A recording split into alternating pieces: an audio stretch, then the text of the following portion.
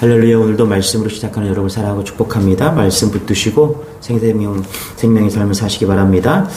빌립보서 3장 1절부터 9절까지 교독하도록 하겠습니다. 끝으로 나의 형제들아 주 안에서 기뻐하라.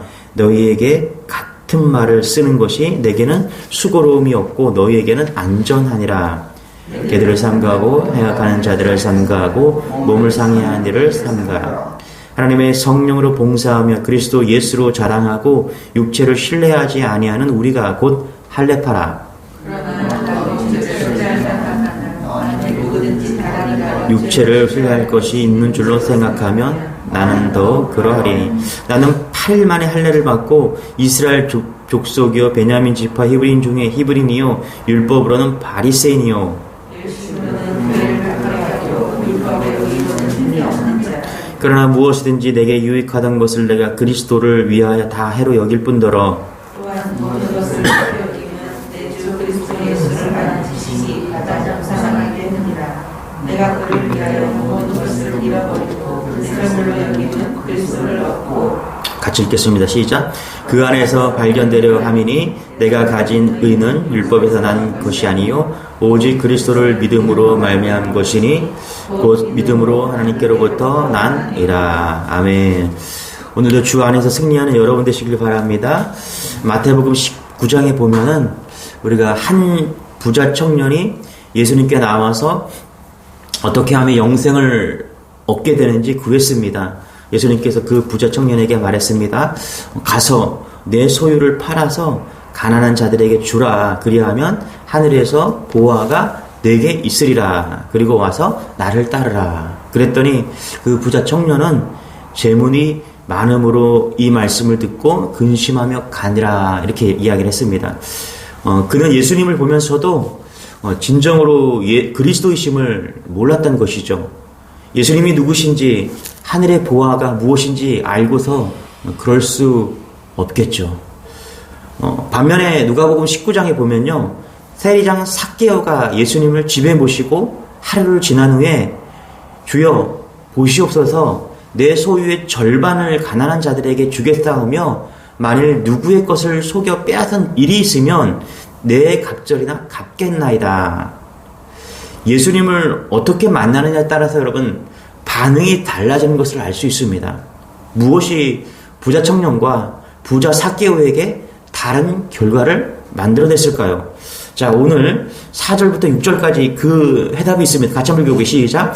그러나 나도 육체를 신뢰할 만하며 만일 누구든지 다른 이가 육체를 신뢰할 수 있는 줄로 생각하면 나는 더 그리하리니 나는 8일 만에 할례를 받고 이스라엘 족속이요 베냐민 지파요 히브리인 중에 히브리인이요 율법으로는 바리새인이요 열심으로는 교회를 박해하고 율법의 의로는 흠이 없는 자라. 자, 정말 돈, 명예, 권세 이렇게 다 버릴 수 있냐는 거예요.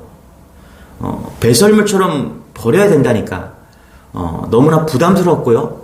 또 상담을 해보면 이 구절 때문에 고민하는 사람들이 참 많습니다. 마치 부자 청년처럼 다 버려야 된다니까, 예수 믿으면 다 버려야 된다니까 고민하고 믿기를 꺼려하는 사람들이 많다라는 거예요. 여러분, 그것은 예수님을 믿어도 인격적으로 알지 못하기 때문에 나타나는 현상입니다.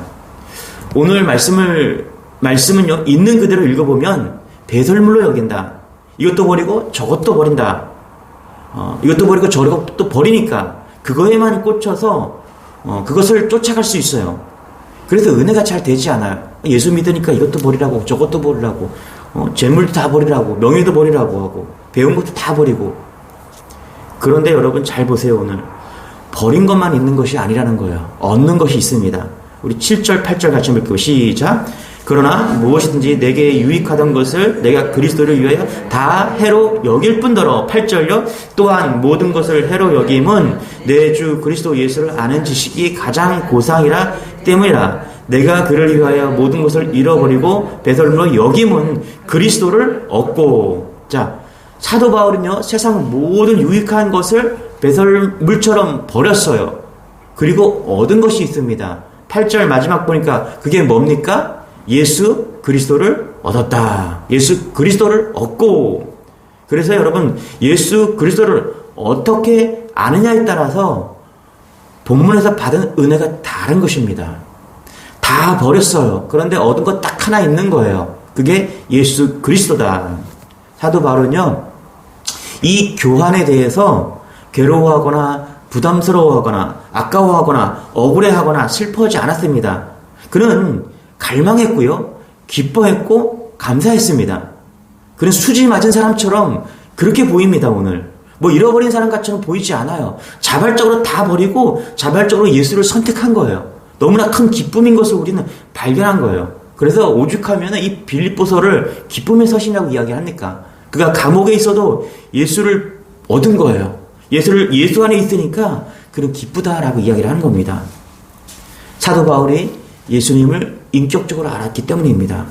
우리가 예수님을 믿는다면요, 사도 바울과 같이 믿어야 할 것입니다. 저는 과거에 어렸을 때 교회 가면 정말 얻는 것이 많았습니다. 저도 교회 처음 갔을 때 여름 성경학교, 초등학교 때 여름 성경학교 때 교회를 갔습니다. 그때 기억이 있어요. 그때 기억이 딱 하나 있는데 주니까 간 거예요. 먹으니까 간 거예요. 그 연필을 준 것 같아요. 그리고 교회 가니까 수박을 줬어요, 여름에. 그때 먹었던 기억이 여전합니다. 얼마나 맛있었던지 수박이 교회 텐마루에 앉아서 여러 학생들과 어린이들이 수박을 주셔갖고 그것을 먹었던 기억이 있습니다. 뭐 준다고 하니까 간 거예요. 그게 근데 지금 생각해보니까 그게 미끼였던 것 같아요. 미끼. 그런데 여러분, 지금 생각해보니까 진짜 교회에서 주는 것이 있습니다. 그게 중요한 게 아니라는 거예요. 지금 알게 되었어요. 과거에도 그렇고 지금도 그렇고 내일도 그렇습니다. 교회에서 주는 것은요, 오직 예수 그리스도이십니다.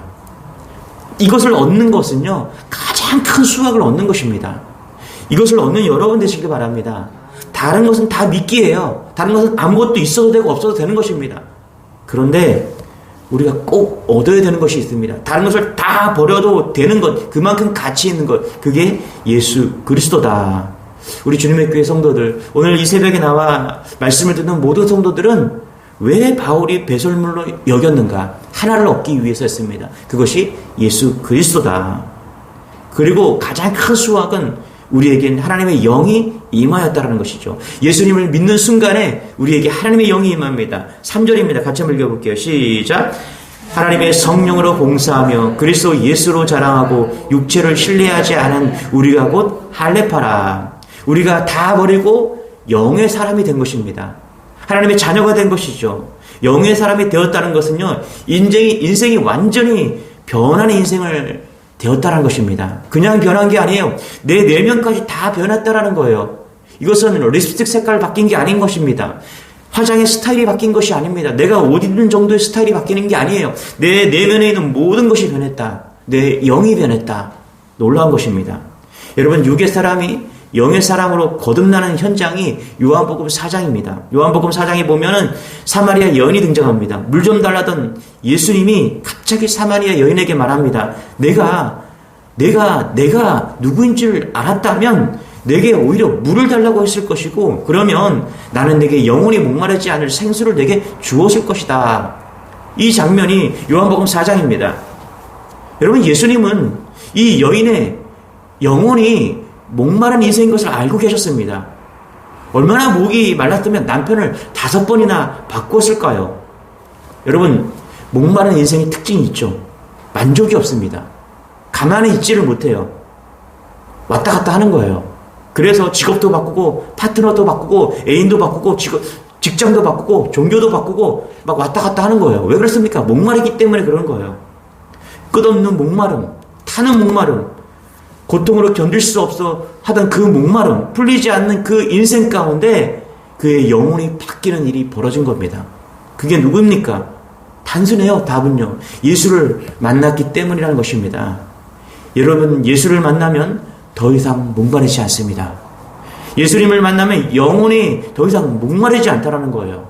돈으로도 명예로도 인간의 사랑으로도 채울 수 없어서 가져도 목마른 인생인 우리 아닙니까?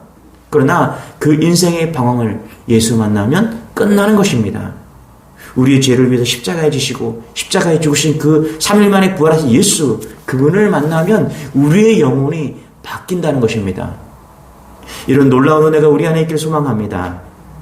자, 그렇게 예수님을 만났을 때 우리에게 어떤 변화가 일어납니까? 도대체 예수님이 누구신가? 도대체 예수님이 누구이기에 이 고립되고 상처나고 목마른 인생을 한 번에 바뀌는가? 이런 질문을 할 수가 있죠. 그 질문의 해답이 8절입니다. 같이 시작. 또한 모든 것을 해를 여기면 내 주 그리스도 예수를 아는 지식이 가장 고상하기 때문이라. 내가 그를 위하여 모든 것을 잃어버리고 배설물로 여김은 그리스도를 얻고. 여기 보니까 또한 모든 것을 해로 여김은, 앞절에서 바울은 무엇이든지 그에게 유익하던 것을 다 해로 여겼다고 말했습니다. 그런데 여기서 바울은 해로 여김은 현재형을 쓰고 있는 거예요. 그러니까 바울은 과거 그가 예수님을 만났을 때 내렸던 결단을 지금도 변함없이 지키고 있다라는 것입니다.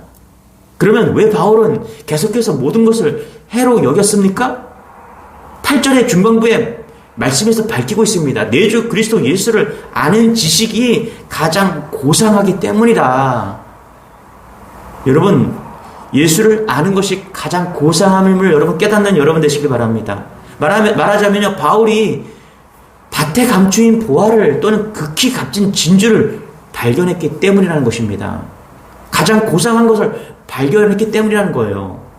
바울이 예수님을 알기 전에는요, 예수님을 알지 못했고 알려고도 하지 않았습니다. 그는 예수님을 이단의 괴수로만 생각했습니다. 그래서 그는 예수님이 십자가에 죽임당함을 마땅히 여겼고요. 뿐만 아니라 그는 교회를 박해하면서 잡멸하려고 그렇게 노력하고 다녔다는 것입니다. 그러나 어떻게 되었습니까? 예수님을 만난 다음에, 예수님을 바로 알게 된 다음에 그가 예수님이 바로 그리스도이시구나, 메시아이시구나, 그렇게 되었다라는 거예요.